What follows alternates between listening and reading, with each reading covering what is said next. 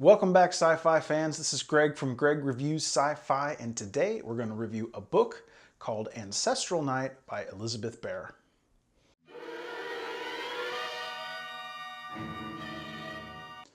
Ancestral Night was published on March the 5th and is about a salvage team that specializes in retrieving ships from white space. Now, white space is the means of faster than light travel in this universe.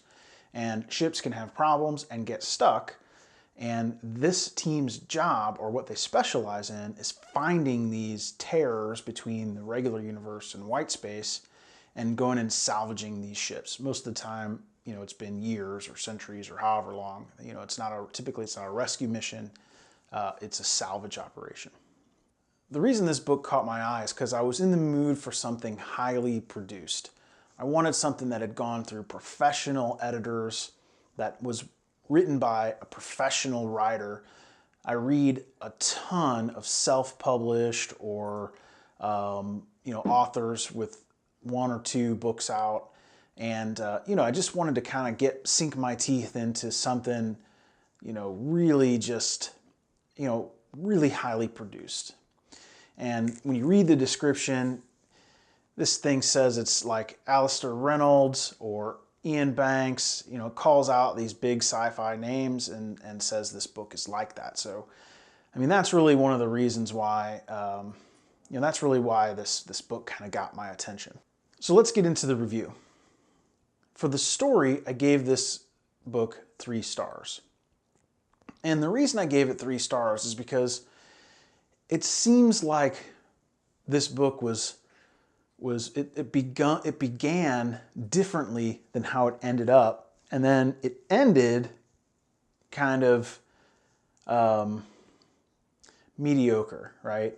It's almost like there was no plan when this book was written. It kind of just like took a life of its own. I'm going to try to limit the spoilers in case you really want to read this book, because I think some of you will really like it. It's a kind of a big sci-fi book, and it's kind of world buildy, and it's got some core things that people like. I don't really care about things like this, but when you invent words or you change colloquialisms like they do in The Expanse, right? You kind of invent. You think forward on how speech and culture changes a little bit, and you incorporate those things in the story.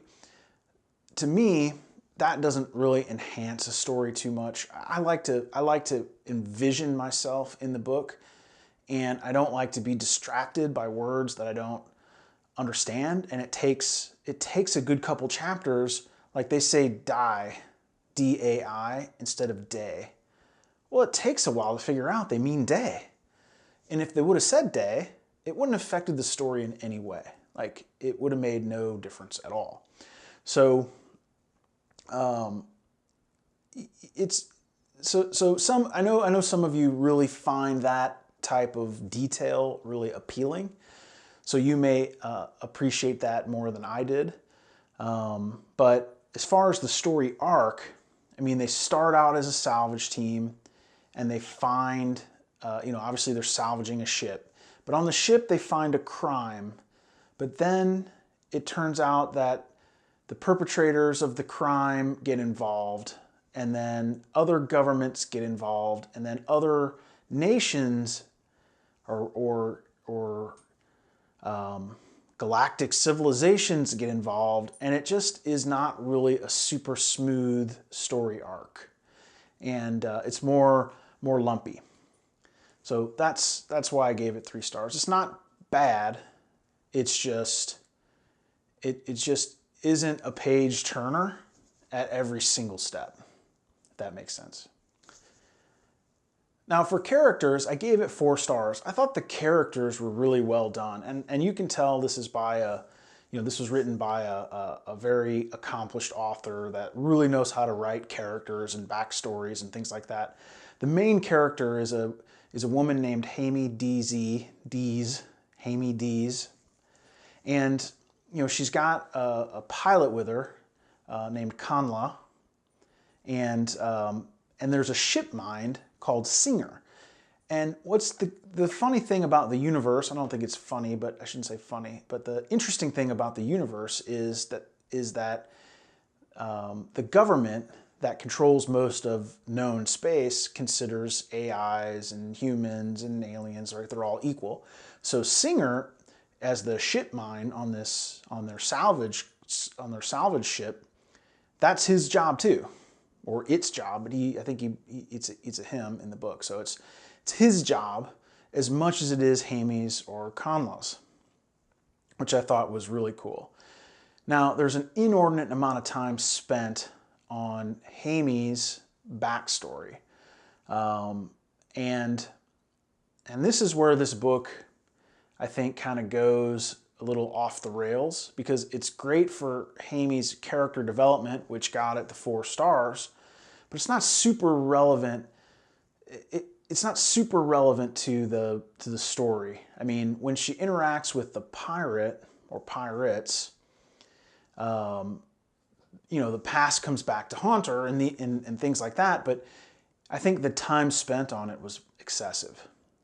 So backstory, a lot of Haimey, not a lot of Connla, and almost no Singer, which Singer I thought was one of the more interesting characters. It would have been interesting to, it would be interesting to have this book written from Singer's perspective as the AI who works with humans in a universe where he's smarter than everybody. I think that may have been the more interesting story here. All right, on to pace. On pace, I gave this book 2.5 stars. This is really where this book fell down. It's about 550 pages, and I think it could have been about a 300-page book.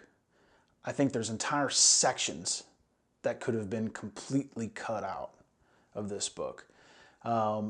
There's many times where Haimey in particular goes on a tangent, a conversational tangent about, I mean, pages and pages and pages of unnecessary stuff. Now, it might be true to life. You know, when you're stuck in a spaceship and you're hanging out with your coworkers and you just start talking about the universe and, you know, whatever, it might be accurate, but it's not super fun to read. And I found myself flipping, and I mean, that's the tell.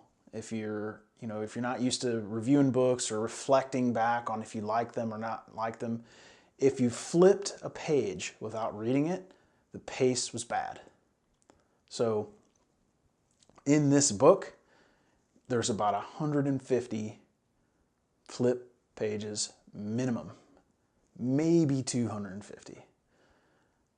So keep that in mind. Originality, I gave this book 3.5 stars, which is about, you know, a little bit better than, you know, mediocre. I think from Originality, there are some cool things, like Haimey has forehands and aft hands, so they actually, you know, medically attach hands to instead of her feet. It doesn't really go in to say how they handle elbows and how that would even work, and, you know, so it wasn't super believable, but I like the idea that when you're in space, you really need 4 hands, and there's no gravity, so your feet are useless, right? Other than for pushing off, so it would be very useful to have 4 hands. I thought that was pretty interesting. You know, at its core, this book is really about finding an ancient spaceship, but nothing really happens with it. There's not really any cool technology. The ship is kind of, you know, it's old, so it has some technology, but it's very average budget sci-fi. It's nothing you would find.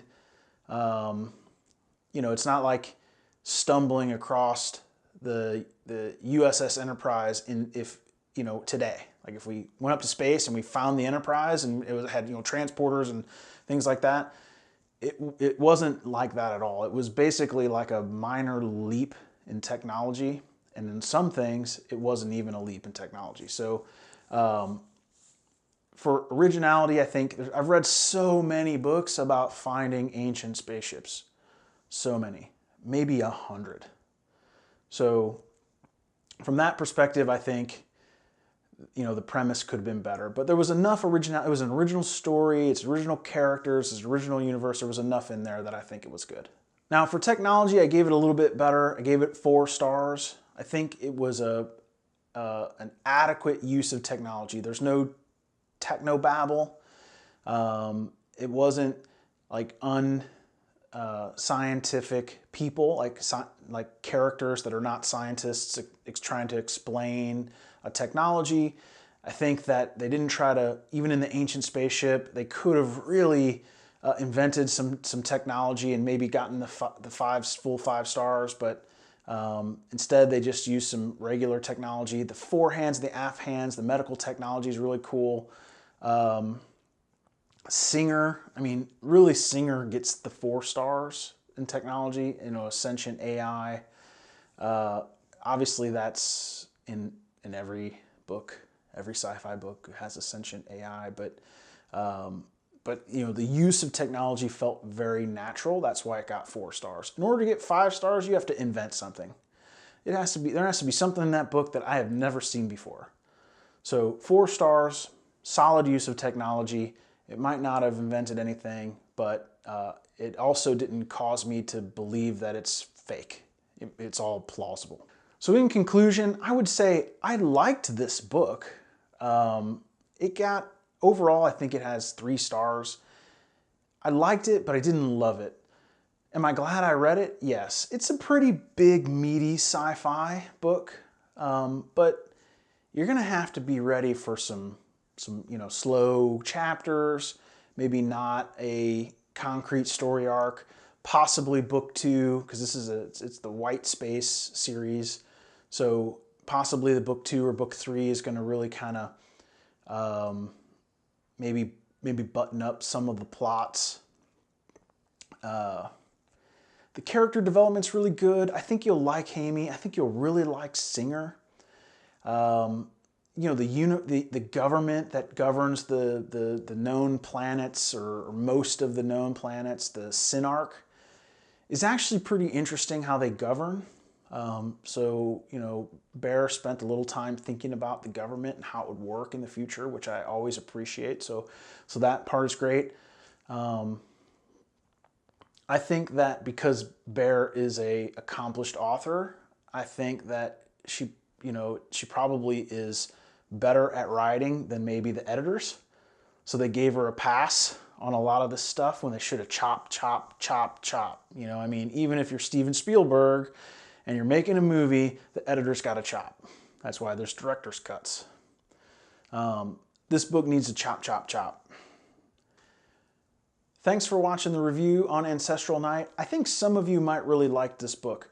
It wasn't my favorite book, but Bear's writing is exceptional. The character development is really good.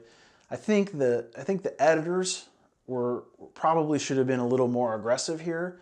But if you like big, meaty sci-fi books with big universes and overlapping characters and themes and things like that, I think you might like that. If you do, check the links in the description to buy this book. It would support the channel. And if you want to find me on Facebook, Instagram, Twitter as Greg Reviews Sci-Fi. I also have a Greg Reviews Sci-Fi podcast you can find on iTunes and Google Play and all that. And again, thanks for watching. Bye-bye.